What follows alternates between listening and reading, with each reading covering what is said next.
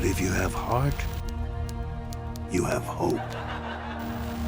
What's up, guys? Today we're talking about The Life of Chuck, directed by Mike Flanagan. The movie stars Tom Hiddleston, Jacob Tremblay, Benjamin Pajak, Chiwetel Ejiofor, Sara, Karen Gillan, Kate Siegel, Carl Lumbly, and the great Mark Hamill. Based on a short story by Stephen King with a screenplay by Mike Flanagan, The Life of Chuck tells the story of, well, Chuck, or Charles Krantz, an accountant who appears to have time-traveling capabilities and contains multitudes. It's not quite that simple, but The Life of Chuck aims to explore the meaning of life as well as the futility of humanity in the face of disaster. But more importantly, it focuses on seizing the moment and savoring fleeting moments of beauty. Before we go any further, I'm going to go ahead and drop a spoiler warning. So now's your chance to pause this video, go watch The Life of Chuck, and then come back and let me tell you how to feel about it. Now, let's get into it.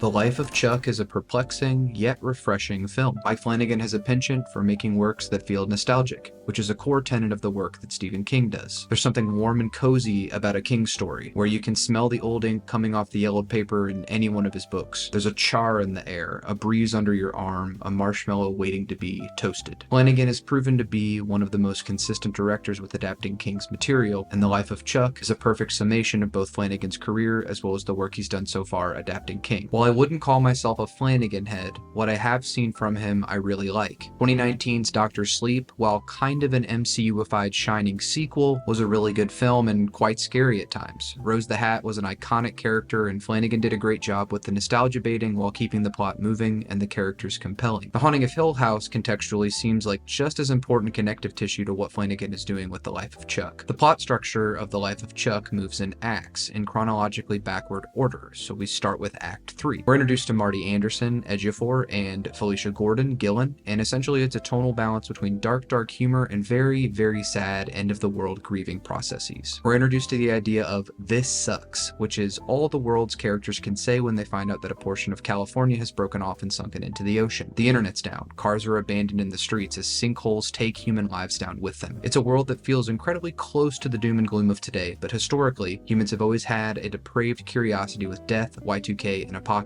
Marty sets off on a trek to meet with Felicia, his ex-wife, both reconnecting due to the crisis at hand. Unfortunately, the waiting is the worst part. As the sky ruptures behind them, they hold hands, seeing projected images reciting another recurring motif of the film and our harbinger of doom. Charles Krantz, 39 great years. Thanks, Chuck. And then we hear a boom, and then it's gone.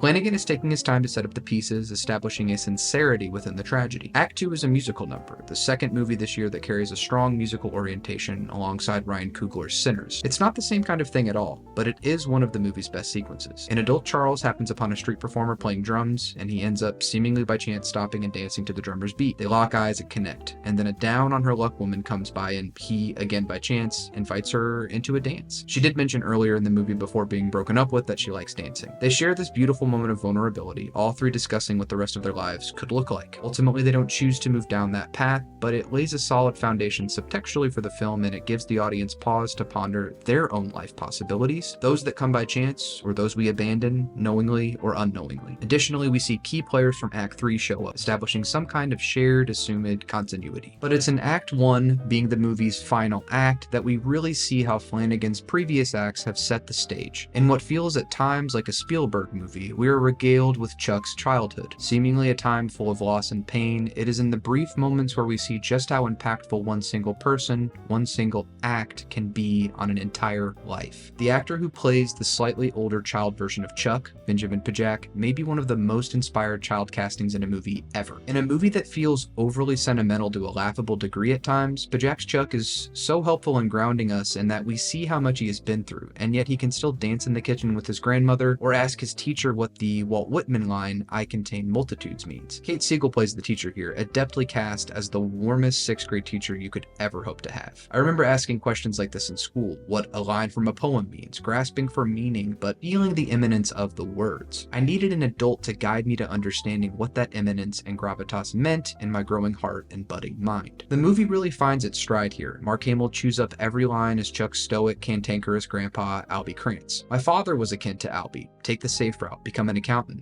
or be a manager at Kroger. They start you at $35K with benefits. You don't know where dancing will take you, and it may not take you anywhere. Look at me now, Dad. I've got 460 subscribers on YouTube and counting, and I'm 33, almost 34. Look at me now, Dad! Albie represents safety for an important reason. He and Chuck's grandma Sara took him in when his parents and unborn baby sister unexpectedly died in a horrific car crash. So Chuck is eager to learn and listen to Albie, especially after facing another loss when grandma Sara passes away too. In a life full of losses, how does one learn to cope with the grief? Mike Flanagan wisely chooses to cast Chuck in a light of brevity, brightness, and courage. Grief is not linear, nor is memory, and he highlights that while the grief may linger, there is always something around the corner to inspire and delight. The musical number in this act is just as inspired as Act 2's. There's a stoic sweetness imbued in every single moment of the film, but at the dance here especially so. It feels like a place that exists both within and outside of time, true to the feeling of a themed event like this. The film's pacing is breezy, the movie looks good, though I still have some qualms with the color grading that seems to be in every single Flanagan production. It feels just a little bit too much like a television show when it should feel like a movie. And while the movie skips along briskly, the message unfortunately feels superficial. Life's hard, that sucks, we contain a piece of all the people we've ever known and that's beautiful, but why should we care? Aside from the child versions of Chuck, we don't get much time with Hiddleston either, which narratively makes sense, but as someone who appreciates his acting, I was left a little bummed that we didn't get more time with him. In a movie that could have come out in a time of movies like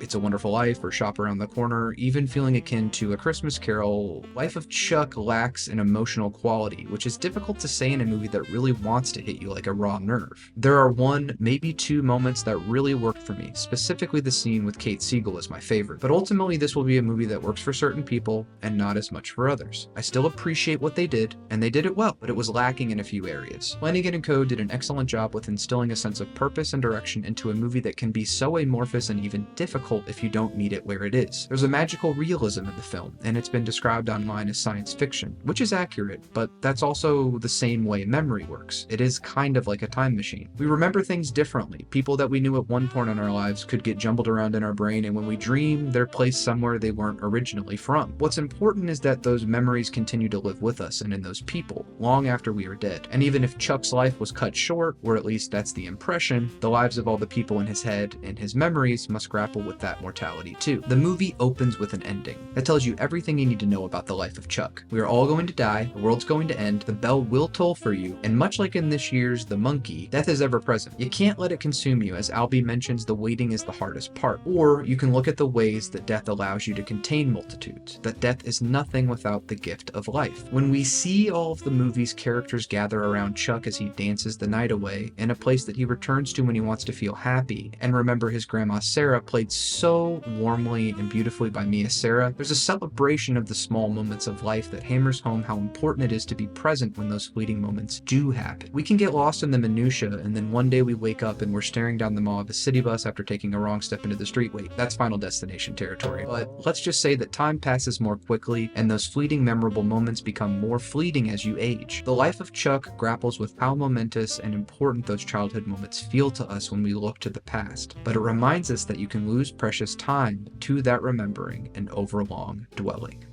In conclusion, The Life of Chuck is a sweet, sincere look into the meaning of life and how memory functions and supports us as we age. Featuring a great cast of actors and incredible performances, an effective, if sometimes inconsequential story, and some amazing choreographed sequences. This film is sure to be a warm hug while also being a reminder of the looming presence of death, just with a little less dread. It's also an incredible summation of the Mike Flanagan thesis statement. It's a loving ode to movies that he loves, while also proving once again that he is the one when it comes to adapting King to the silver screen. What did you think of The Life of Chuck? Was it an effective tearjerker, or were you just sitting there waiting for Chuck to get cancer faster so the movie would end already? Leave all the comments below, and before you go, don't forget to like and smash that subscribe button. Thank you all so much for watching this video and continuing to support the channel. Until next time, oh, hold on, getting a message on my phone here. Let's see what it says. 39 great years. Thanks, Chuck.